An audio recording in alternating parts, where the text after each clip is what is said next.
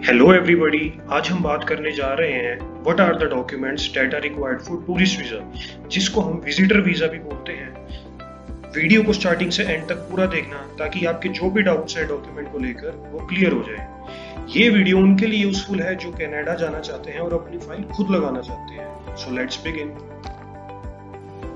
हमारा पहला डॉक्यूमेंट आता है वैलिड पासपोर्ट। यहाँ वैलिड पासपोर्ट का मतलब है कि हमारा पासपोर्ट एक्सपायर होने वाला ना हो, एटलीस्ट 6 मंथ की वैलिडिटी पड़ी हो।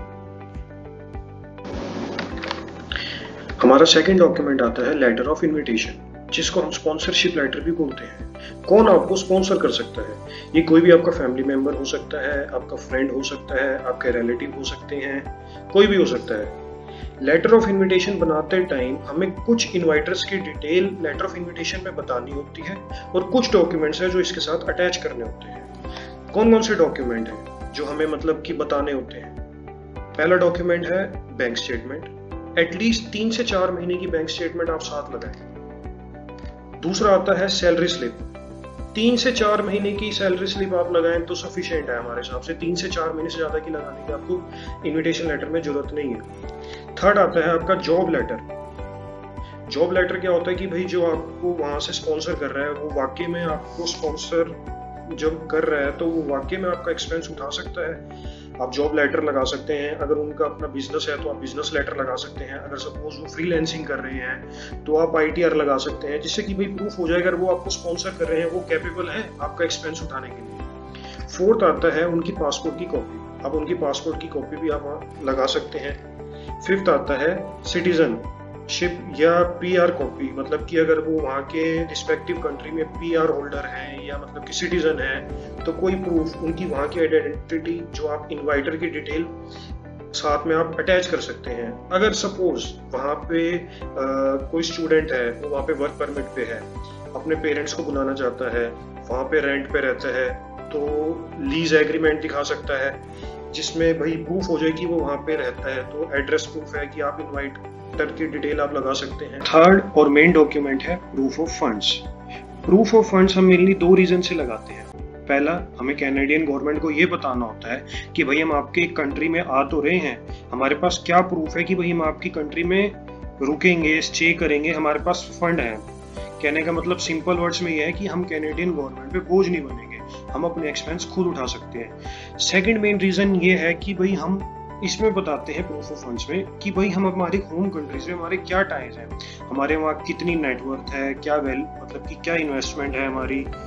तो मेनली हम ये 2 रीजन से हम प्रूफ ऑफ फंड्स दिखाते हैं। तो इसमें हम क्या क्या डॉक्यूमेंट्स लगाते हैं? पहला डॉक्यूमेंट है बैंक स्टेटमेंट।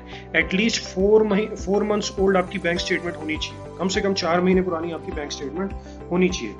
सेकंड डॉक्यूमेंट है बैलेंस सर्टिफिकेट फ्रॉम बैंक। उसके साथ साथ हम मैनेजर का, हमारे ब्रांच के मैनेजर का हम विजिटिंग कार्ड भी लगा सकते हैं। ये एडिशनल डॉक्यूमेंट बता रहा हूँ मैं आपको, मैनेजर विजिटिंग कार्ड, ये एक एडिशनल डॉक्यूमेंट है जो हम साथ में लगा सकते हैं। थर्ड आता है नेटवर्थ। नेटवर्थ में आपको क्या होता है कि भाई आपको CA से रिपोर्ट बनवानी पड़ती है जिसमें वो लिख के देता है कि हाँ भाई इनके पास इतनी प्रॉपर्टी है, इतना गोल्ड है, इनकी प्रॉपर्टी इतने इनके पास व्हीकल हैं। तो उसकी एक प्रॉपर CA क्या करते हैं, वैल्यूएशन बना के दे देते हैं कि हाँ भाई इनके पास इतना सब कुछ है, इनके टाइज हैं, इनकी कंट्री में होम टाइज हैं, ये वापसी आएंगे। फोर्थ पॉइंट है any other investment like shares और म्यूचुअल फंड्स। अगर आपके पास आप इन्वेस्टमेंट करते हैं, अगर आपके पास शेयर्स ले रखे हैं आपने, आपके पास म्यूचुअल फंड्स हैं, तो इनकी स्टेटमेंट है वो इजीली आपको जिस भी आप प्लेटफॉर्म से आप करते हैं तो उनसे आपको इजीली स्टेटमेंट मिल जाती है। तो आप वो स्टेटमेंट भी एज अ प्रूफ आप लगा सकते हैं कि भाई आपके होम कंट्री में इन्वेस्टमेंट है। एक पॉइंट इसमें मैं लिखना भूल गया हूँ, जैसे कि RD FD, 2 पॉइंट मतलब 2 चीजें हैं। आप उसकी डिटेल्स हो गए, उनकी स्टेटमेंट हो गए, उनके सर्टिफिकेट हो गए, आप वो भी लगा सकते हैं। चाहे आपने बैंक से कोई FD करा रखी है या पोस्ट ऑफिस से FD करा रखी है तो उनके सर्टिफिकेट और स्टेटमेंट दोनों चीजें मिल जाती हैं, तो आप वो भी इसमें लगा सकते हैं एज अ प्रूफ। हमारा फोर्थ डॉक्यूमेंट आता है national identity document. PAN card, Aadhaar card, voter card, तीनों में से आप कुछ भी लगा सकते हैं। फिफ्थ और सबसे इंपॉर्टेंट डॉक्यूमेंट आता है प्रूफ ऑफ एम्प्लॉयमेंट और बिजनेस। इसमें क्या है कि भाई हम कैनेडियन गवर्नमेंट को बताते हैं कि भाई हम आपकी कंट्री आ तो रहे हैं, लेकिन हमारे टाइज हैं हमारी कंट्री में भी हैं, तो उनको कैसे पता लगेगा? तो इसमें हम दो तरह से बता सकते हैं कि अगर हम वहाँ पे कहीं जॉब करते हैं अपनी होम कंट्री में, या हमारा होम कंट्री में बिजनेस है, तो हमें साथ साथ उनके प्रूफ भी दिखाने पड़ते हैं। तो प्रूफ ऑफ एम्प्लॉयमेंट में सबसे पहले क्या दिखाना पड़ता है? Employment letter. एम्प्लॉयमेंट लेटर कह लो, आप जॉब ऑफर लेटर कह लो, दोनों एक ही बात होती है। तो पहला डॉक्यूमेंट है एम्प्लॉयमेंट लेटर। उसके बाद आपको अपनी सैलरी स्लिप्स दिखानी पड़ती हैं, एटलीस्ट आप अपनी 6 सैलरी स्लिप्स तो दिखाएं। थर्ड डॉक्यूमेंट है एम्प्लॉयमेंट कॉन्ट्रैक्ट। सपोज अगर कोई कॉन्ट्रैक्चुअल वर्क करता है या कॉन्ट्रैक्चुअल जॉब होती है, तो आप वो कॉन्ट्रैक्ट भी दिखा सकते हैं। फोर्थ आता है लीव अप्रूवल लेटर, जिसको हम एनओसी भी बोलते हैं। तो अगर आप सपोज अगर कोई प्राइवेट फर्म में काम कर रहा है, आपने वहाँ से लीव दी, वहाँ से आपने अप्रूवल लिया, वहाँ से आपने एनओसी ली, तो आप वो भी आप अपना प्रूफ ऑफ एम्प्लॉयमेंट में दिखा सकते हैं। उसके बाद फिर आता है proof of business. Proof of business में आप क्या दिखा सकते हैं? Registration document. रजिस्ट्रेशन डॉक्यूमेंट में आप क्या दिखा सकते हैं? अगर सपोज किसी के पास जीएसटी नंबर है कि भाई उस काम कर रहा है वो अपने होम कंट्री में, तो आप जीएसटी दिखा सकते हैं। आपके पास एमएसएमई का सर्टिफिकेट है, आप प्रूफ ऑफ बिजनेस में वो दिखा सकते हैं। आपके पास शॉप एक्ट है, आप शॉप एक्ट दिखा सकते हैं। जितना आपके डॉक्यूमेंट्स पुराने होंगे उतने आपके फाइल के बेटर चांस है। अब ऐसा ना हो ना कि भाई किसी ने 15 दिन पहले शॉप एक्ट बनवा लिया, उसके बाद फाइल लॉन्च कर दी। ऐसा नहीं है कि सक्सेस रेट नहीं है, ऐसा नहीं है उनके वीजाज नहीं आते, पर यह है कि एक वीजा ऑफिसर ये चीज देखता है कि भाई हाँ, अगर आपके होम कंट्रीज में टाइज हैं वो कितने पुराने हैं, कब से आप अपना बिजनेस कर रहे हैं। उसके बाद क्या है, आप अपनी करंट अकाउंट की स्टेटमेंट लगा सकते हैं। उसके बाद ओनरशिप प्रूफ। ओनरशिप प्रूफ में क्या होता है, अगर सपोज आपकी कोई पार्टनरशिप फर्म है, अब पार्टनरशिप फर्म में पार्टनरशिप डीड तो होती है, तो आप वो पार्टनरशिप डीड लगा सकते हैं, उसको मतलब कि ओनरशिप प्रूफ बोलते हैं। उसके बाद आती है टैक्स रिटर्न। आप जो भी अपनी फर्म की आईटीआर्स भरते हैं, तो आप वो लगा सकते हैं। 6 डॉक्यूमेंट है आपकी ट्रैवल हिस्ट्री। सपोज अगर आपकी कहीं ट्रैवल हिस्ट्री है, आप कहीं पहले कहीं घूम के आए हो, suppose Dubai, Singapore, Malaysia, Thailand, आप कहीं भी घूम के आए हो, तो आपकी अगर ट्रैवल हिस्ट्री है तो वो आप जरूर लगाएं। 7 डॉक्यूमेंट हमारा आता है proof of relationship. Proof of relationship में आप क्या लगा सकते हैं? सपोज अगर आप मैरिड हो, आप अपनी वाइफ को कनाडा बुलाना चाहते हो, तो पहला डॉक्यूमेंट है आप मैरिज सर्टिफिकेट लगा सकते हैं। दूसरा आप पासपोर्ट लगा सकते हैं जिसपे दोनों के स्पाउस का नाम मेंशन हो। सेकंड डॉक्यूमेंट, अगर आप अपने पेरेंट्स को बुलाना चाहते हैं, तो आप अपना बर्थ सर्टिफिकेट लगा सकते हैं, आप अपना पासपोर्ट लगा सकते हैं जिसपे पेरेंट्स का नाम मेंशन हो।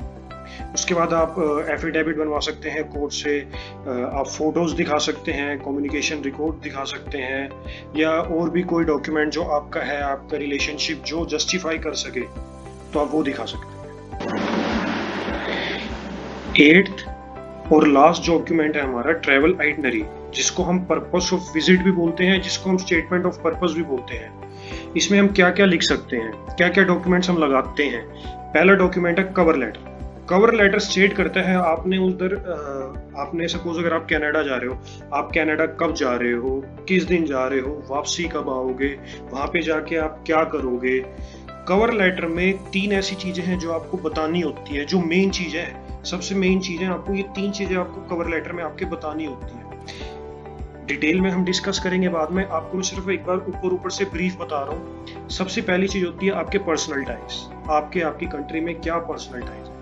उसके बाद आपके सोशल टाइज, आपकी कंट्री में क्या सोशल टाइज है। उसके बाद तीसरे पे आता है फाइनेंशियल टाइज, आपकी कंट्री में क्या फाइनेंशियल टाइज है, कि आप यहाँ पे विजिट करने के बाद, कनाडा अगर आप आ रहे हो, आप कनाडा विजिट करने के बाद अब अपनी होम कंट्री वापसी जाओ। सेकंड में आता है फ्लाइट डिटेल्स। फ्लाइट डिटेल्स इतनी मैंडेटरी नहीं होती, कई केसेस में जो लगाते हैं जिनकी प्रोफाइल बहुत ज़्यादा वीक होती है वो लगाते हैं, हम नहीं लगाते, हम रिकमेंड नहीं करते। अगर किसी की प्रोफाइल अगर अच्छी है, डॉक्यूमेंट्स पूरे हैं, तो फ्लाइट डिटेल्स लगाएं। अगर आप लगाएंगे तब भी चल जाएगा, अगर आप नहीं लगाएंगे तब भी चल जाएगा। हमने वीज़ा इजीली आते देखे हैं, जो भी एप्लीकेंट अपनी फ्लाइट डिटेल्स नहीं लगाते इजीली वीज़ाज आ जाते हैं। सेम होटल रिजर्वेशन अगर आप नहीं लगाएंगे तब भी चल जाएगा।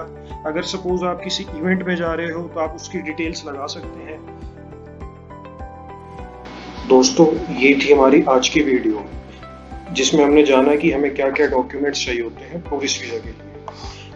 टूरिस्ट वीज़ा एक सबसे सिंपल प्रोसेस है। आप खुद अप्लाई करना चाहते हैं, आप खुद अप्लाई करें।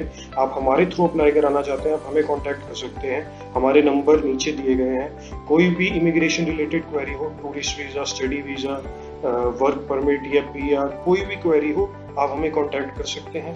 आपको इन्फॉर्मेशन अच्छी लगी, यूजफुल लगी तो हमारे चैनल को लाइक करना, शेयर करना और सब्सक्राइब करना ना भूलें। मिलते हैं हमारी नेक्स्ट वीडियो में। तब तक गुड बाय, टेक केयर।